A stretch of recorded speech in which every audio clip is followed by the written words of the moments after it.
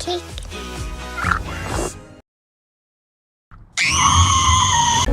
Selamat siang Pak Greg dan teman-teman. Bagaimana kabarnya hari ini? Semoga semua dalam keadaan yang baik-baik saja. Perkenalkan, nama saya Anindita. Di sini saya akan menjelaskan ulang dan menganalisa karya ilmiah yang berjudul Kebenaran dalam Perspektif Filsafat serta aktualisasinya dalam menyaring suatu berita. Memulainya, marilah kita bersatu dalam doa. Dalam nama Bapa dan Putra dan Roh Kudus. Amin. Allah Bapa di surga, terima kasih atas segala berkat dan penyertaan-Mu pada hari ini. Kami mohon Bapa, terangilah akal budi kami, supaya kami dapat cepat memahami bahan yang akan kami pelajari, yaitu kebenaran dalam perspektif filsafat. Berilah kami semangat belajar yang tinggi, supaya kami dapat belajar dengan tekun dan teratur. Bantulah kami selama belajar ini, agar kami dapat memusatkan perhatian hanya pada pelajaran. Doa ini kami satukan dalam pengantaraan Yesus Kristus Tuhan kita. Amin. Santo Fransiskus Asisi, doakanlah kami. Dalam nama Bapa dan Putra dan Roh Kudus. Amin. Berikut adalah tahapan analisa yang akan saya jelaskan. Yang pertama adalah identitas jurnal. Kedua, latar belakang jurnal. Ketiga, metode penelitian. Keempat, pembahasan. Dan yang terakhir adalah kesimpulan. Yang pertama adalah identitas jurnal. Jurnal yang saya analisa ini berjudul Kebenaran dalam Perspektif Filsafat serta Aktualisasi dalam Menyaring Berita.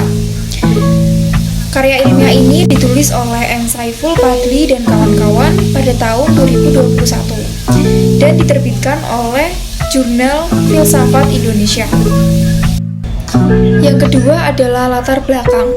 Berdasarkan kondisi sosial politik ekonomi yang bisa dibilang tidak berlandaskan pada kebenaran faktual, kondisi masyarakat diperparah dengan minimnya basis epistemologis dalam masyarakat untuk memperoleh suatu kebenaran. Masyarakat tidak bisa memberikan benang merah atau cut-off yang jelas antara kebenaran dan bukan karena terbiasa menerima kebenaran sebagai sebuah produk jadi.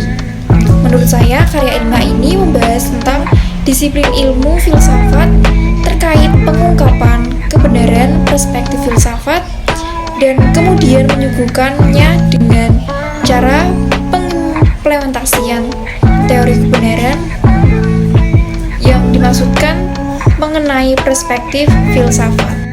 Yang ketiga adalah metode penelitian.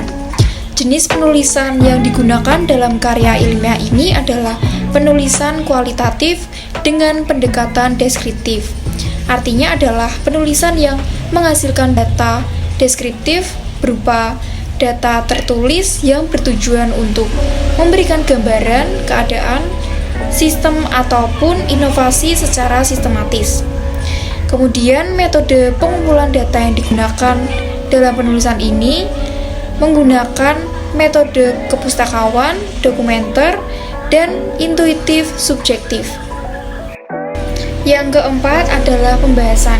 Di sini saya membaginya menjadi 3 bagian. Yang pertama adalah A. Kebenaran perspektif filsafat. B. Berbagai macam teori kebenaran. Di antaranya adalah teori korespondensi, teori koherensi, teori pragmatis, teori performa, teori konsensus, dan juga yang terakhir adalah agama sebagai teori kebenaran. Dan yang C, aktualisasi dalam menyaring suatu berita. A. Kebenaran perspektif filsafat. Epistemologi atau filsafat pengetahuan adalah cabang filsafat yang mempelajari dan mencoba untuk menentukan kodrat dan skope pengetahuan, pengadaian dasar, serta pertanggungjawaban atas pernyataan mengenai pengetahuan yang dimiliki. Pada awal periode tradisi filsafat Yunani, epistemologi belum menjadi suatu perhatian utama oleh para filsuf. Kajian ini lebih bersifat ontologis dan pada era ini juga masih terfokus pada dimensi ontologis dengan mempertanyakan manakah realitas yang sejati. Dan di sini dunia fisik seperti yang diyakini oleh pengusung materialisme ataukah dimensi metafisik seperti yang diusung para idealis. B. Macam teori kebenaran. Menurut Abbas Hamami, kata kebenaran bisa digunakan sebagai suatu kata benda yang konkret maupun abstrak. Jika subjek hendak menuturkan kebenaran, artinya adalah proporsi yang benar. Proporsi di sini maksudnya adalah makna yang dikandung dalam suatu pernyataan atau statement. Kemudian adanya kebenaran itu selalu dihubungkan dengan pengetahuan manusia mengenai objek. Berikut adalah teori tentang kebenaran. Yang pertama adalah teori korespondensi atau correspondence theory of truth. Bisa disebut juga dengan accordance theory of truth. Teori ini adalah teori yang berpandangan bahwa pernyataan adalah benar jika berkorespondensi terhadap fakta atau pernyataan yang ada di alam atau objek yang dituju pernyataan tersebut. Teori korespondensi ini pada umumnya dianut oleh para pengikut realisme. Yang kedua adalah teori koherensi atau coherence theory of truth. Menurut teori koherensi, sebuah pernyataan bisa dianggap benar hanya jika pernyataan itu koheren atau tidak bertentangan dengan pernyataan sebelumnya yang sudah terbukti benar. Untuk dianggap benar, teori ini mensyaratkan adanya konsistensi atau tidak adanya pertentangan atau kontradiksi antara suatu pernyataan dengan aksioma. For your information, aksioma adalah pernyataan yang berfungsi sebagai premis atau titik awal untuk alasan dan argumen lebih lanjut. Yang ketiga adalah teori pragmatis atau the pragmatic theory of truth. Teori ini meletakkan dasar kebenarannya pada manfaat praktis dalam memecahkan persoalan kehidupan. Tidak hanya berlaku pada dunia empiris, teori ini lebih lanjut juga bisa diterapkan berkaitan dengan objek pengetahuan metafisik. Kemudian, menurut kaum pragmatis, pernyataan metafisik bisa menjadi pernyataan yang benar selama ia memiliki manfaat dalam kehidupan. Yang keempat adalah teori performa. Teori ini berasal dari John Langsau Austin dan dianut oleh filsuf lain seperti Frank Ramsey dan Peter Transron. Teori performatif menjelaskan suatu pernyataan dianggap benar jika ia menciptakan suatu realitas.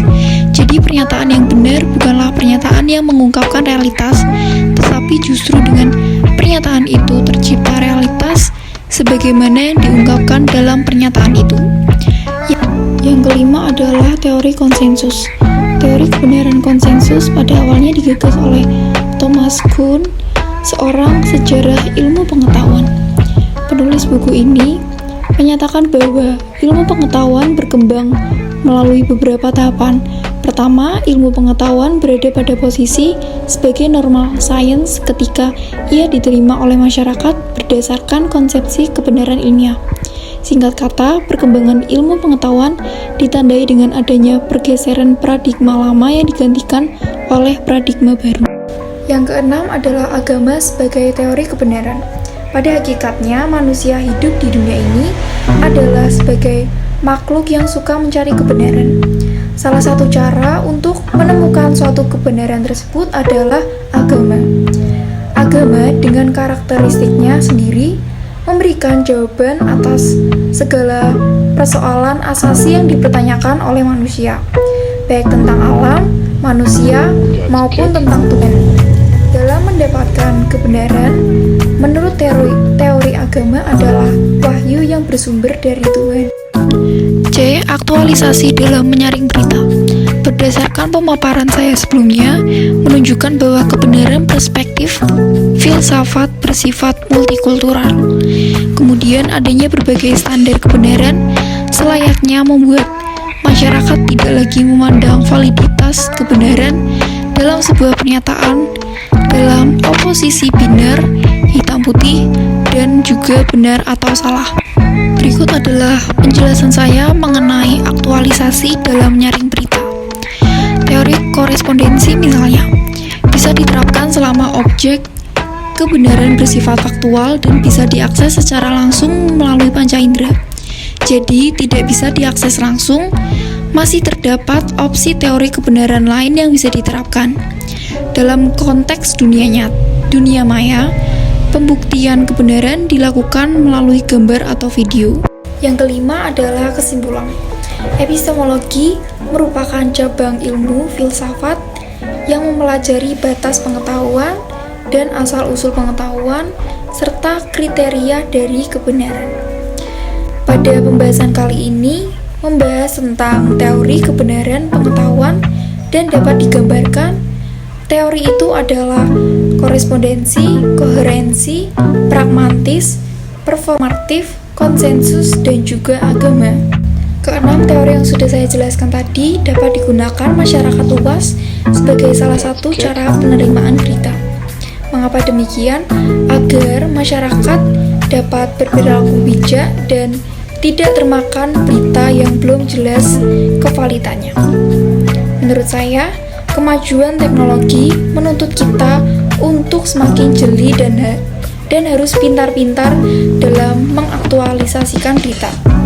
Kita perlu buktikan kebenarannya, baru dapat kita implementasikan dalam kehidupan.